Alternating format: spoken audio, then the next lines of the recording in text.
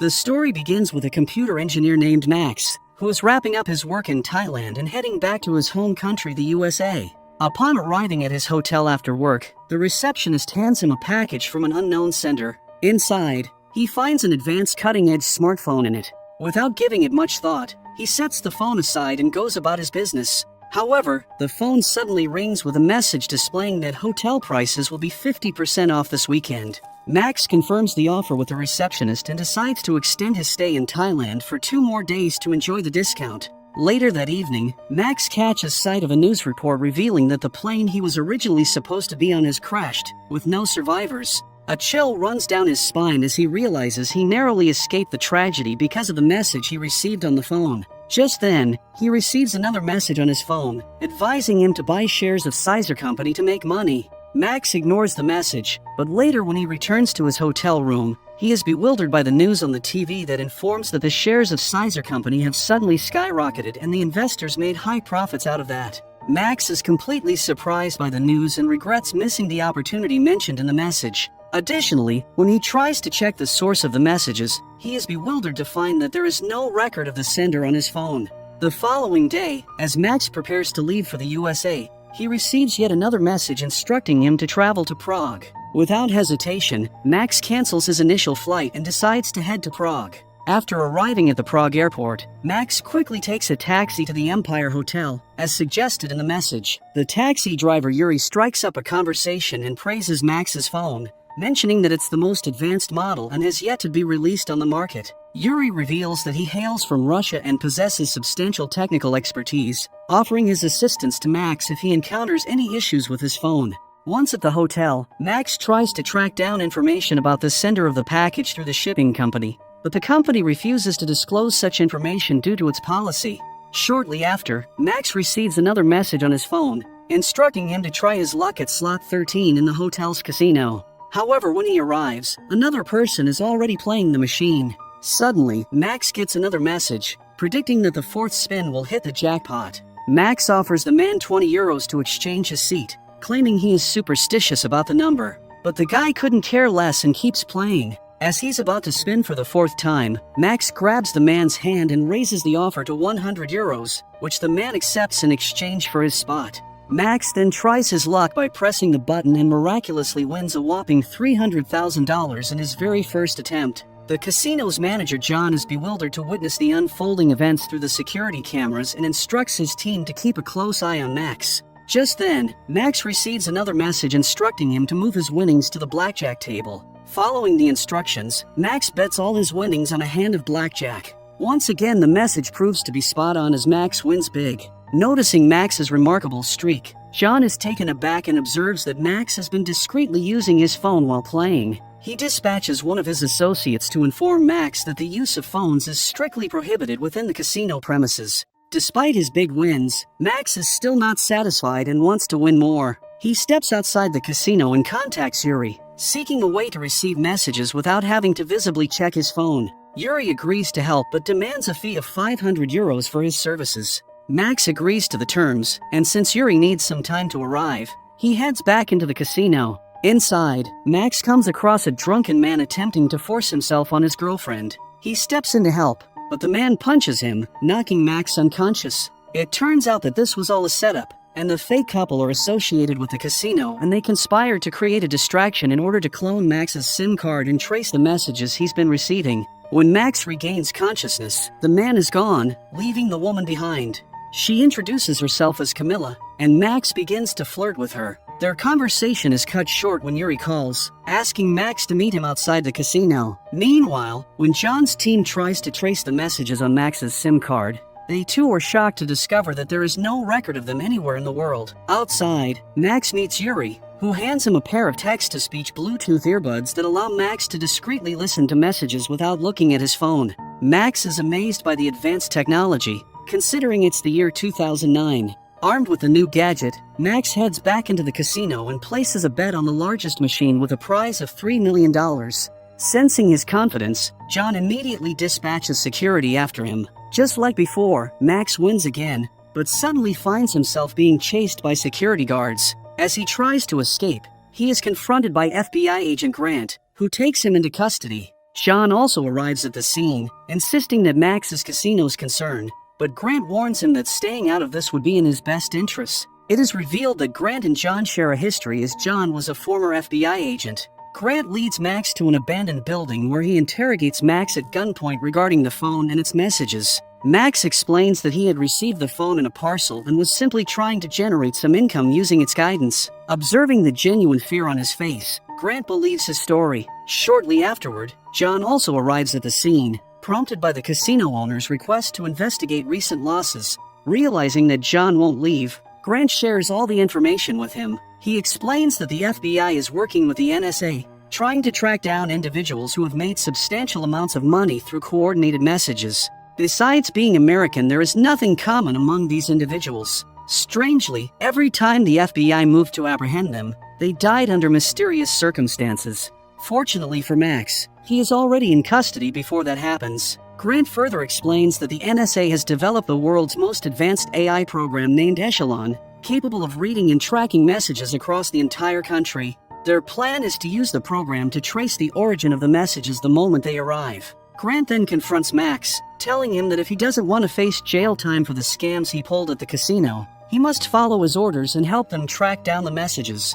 With no other choice, Max agrees to cooperate. Grant keeps his phone and warns Max not to leave the hotel due to potential threats on his life. He then contacts his superior Brooke and requests the activation of the Echelon program. Brooke assures him that the Echelon system will be up and running within 3 hours. While at the hotel, Max receives a call from Camilla, inviting him for a drink at a local bar. Despite Grant's warning, Max leaves the hotel and meets Camilla at the bar. However, their time together is cut short when an FBI officer arrives and escorts Max back to the hotel. In order to trace the source of the messages, Grant gives Max his phone and explains that he must follow the instructions of the next 3 messages, just as he has done before. Max places all of his winning his bets in accordance with the messages, but to his surprise, he loses all of his money this time.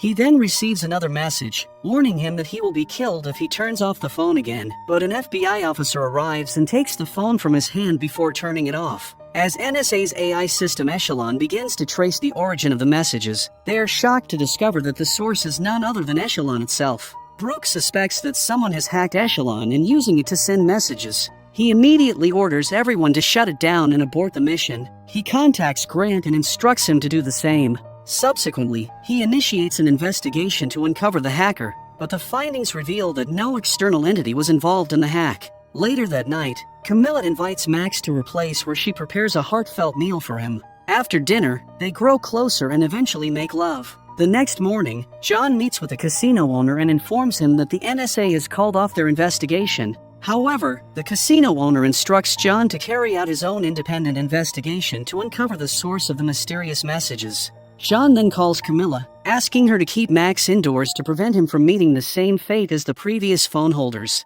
Meanwhile, Grant receives a new message containing an address on the phone. Instead of sending Max, Grant dispatches one of his agents to the location with the phone. Just as the agent arrives, a second message comes through, directing him to cross the road. Tragically, the agent meets with a fatal accident while crossing the road, a fate that had been intended for Max. Shocked by what he witnesses, Grant retrieves the phone only to receive another message instructing him to surrender Max or face fatal consequences. Meanwhile, Max delves deeper into his research on the Echelon program and discovers that the NSA can not only access every citizen's messages but also tap into surveillance cameras across the country. He shares this with Camilla, who suddenly spots a sniper on a rooftop across the street. Reacting quickly, she shoves Max out of harm's way, narrowly avoiding the bullet. She also notices 2 men ascending the stairs with the intent to eliminate them. She locks Max in a room to safeguard him and attempts to arm herself with a gun, but the sniper manages to shoot her in the hand. Despite her injury, she employs an iron rod to fend off one of the attackers through the door.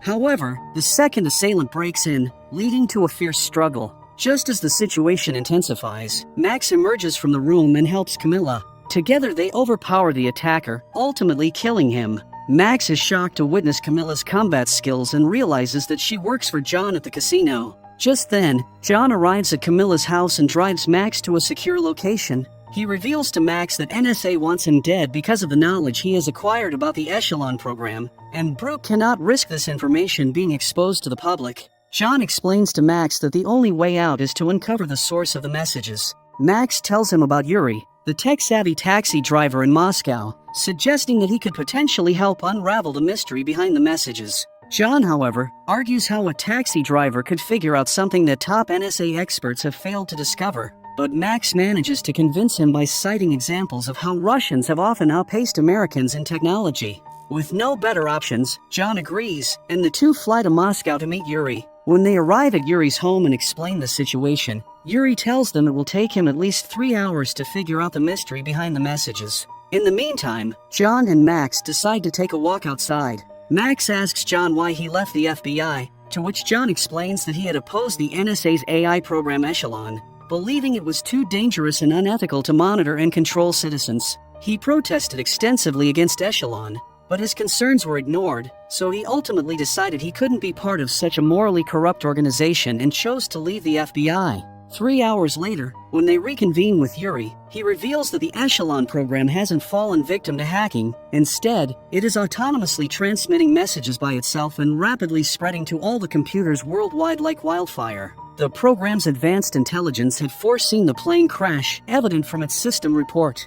Furthermore, it predicted the surge in Sizer Company's shares by accessing private messages among the company's board of directors. The program had also spread to the casino machines, helping Max win many times. However, it is still unclear why Echelon is doing all this. Amidst their conversation, FBI agents arrive, prompting Max and John to steal a van in an attempt to escape. The FBI quickly gives chase, but John makes a wrong turn onto railway tracks with an oncoming train and no way out. With no other option left, John employs his gun and launches an FBI agent's car into the air and holds Grant at gunpoint. Grant, however, quickly clarifies that FBI does not want to harm them. In fact, he intends to hand the phone over to Max, explaining that Echelon only wants to communicate with him. He further reveals that the NSA believes Echelon is sending messages independently, which aligns with what Yuri had told them. Grant assures them that he too has realized the dangerous capabilities of Echelon and wants to shut it down. Suddenly, a message pops up on the phone containing an address, which turns out to be the location where Max had previously worked as a security engineer.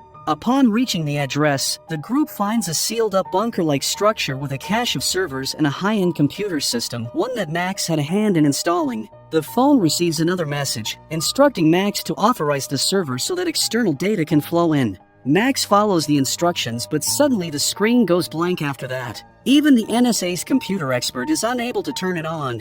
Frustrated, they all step out of the bunker. An FBI officer informs them that the owner of this facility was one of Echelon's victims, and the place has been abandoned ever since. Grant realizes that Echelon needed these servers, which is why it eliminated the owner. It was sending messages to Max because he was the only one who could authorize the servers. Grant instructs his fellow FBI agents to return home while Max and John re-enter the bunker. To Max's shock, the Echelon program has transferred itself from the NSA servers to this local system. Back at the NSA headquarters, Brooke was furious about how their multi-billion-dollar program could just flee like this. Meanwhile, Max realizes that Echelon is upgrading itself to its ultimate capabilities, preparing to spread across all devices worldwide, using them as mini-servers to achieve immortality. They conclude that the NSA had prevented it from upgrading, which is why Echelon moved away from their servers. Grant contacts Brooke, who informs him that he has spoken to the president, who ordered them to allow Echelon to upgrade,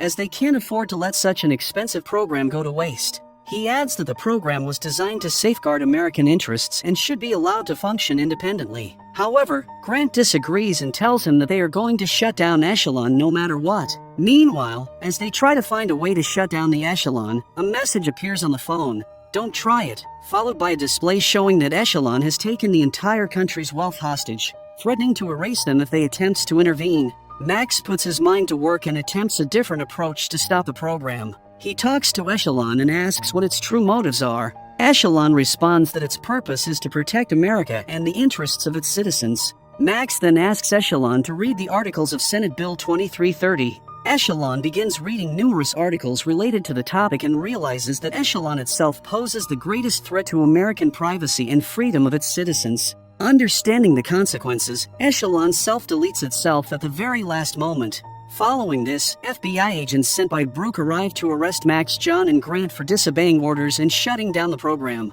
However, the government swiftly releases them to avoid public scrutiny and exposure. Both John and Grant are invited back to rejoin the FBI, while Camilla arrives to hand Max a $3 million check sent by the casino owner, who appreciates Max's crucial role in shutting down Echelon and protecting him from future losses. Back in Moscow, it is revealed that Yuri is not a taxi driver but actually a Russian government officer. He reports to his superior that their mission has been successful and the Echelon program has been deleted. As it turns out, the Russian government had long been aware of the immense power and threat that Echelon posed to their national security. In response, they had carefully orchestrated the entire mission, ensuring the program's destruction to protect their interests and neutralize the potential danger to Russia. Subscribe to the channel for more videos like this. Thanks for watching.